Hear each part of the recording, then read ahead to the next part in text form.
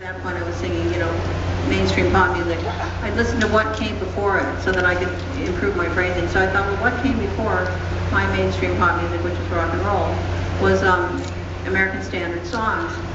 And I thought the songs were, for instance, mostly better than the things that I was singing and the things that I was finding to sing, because they're so beautifully crafted. If the American culture gave anything to the world at large, it was the American popular song, probably the most significant cultural contribution to the world at large.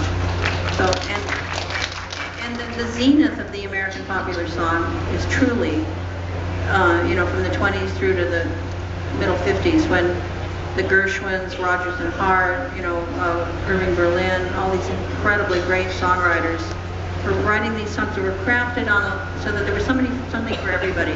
There was, sentiment, there was heartbreak, there was concern and worry about, the economy crashing and where your future is going to be if you're an immigrant. And there was also an intellectual component too for anybody that wants. It's kind of like, I like to compare that era to Bette Midler. She had a tour that she did called Thighs and Whispers.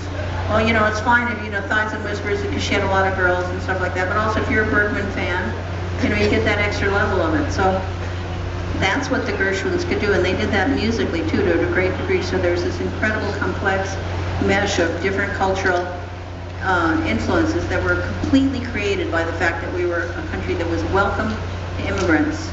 We allowed immigrants to come in and find their place in the economic pie, and we allowed them to prosper, which is what people from Mexico and Guatemala and Salvador would be doing right now, and people from Liberia and Libya and all these people that are coming in from all these different places.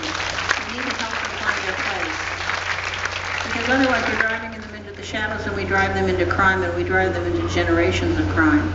And a great precedent for that is the black migration, the African American black migration that happened from the beginning of the century all the way up until through the 40s and 50s. Well, actually, it happened all the way up into through the 60s too. They were fleeing the Jim Crow laws, and they came up north. And they didn't have Jim Crow to deal with, but they had that economic door slammed in their face. And it's an example of what we need to not do. I don't know why this country doesn't learn, but we need to open the doors for everybody and make it easier.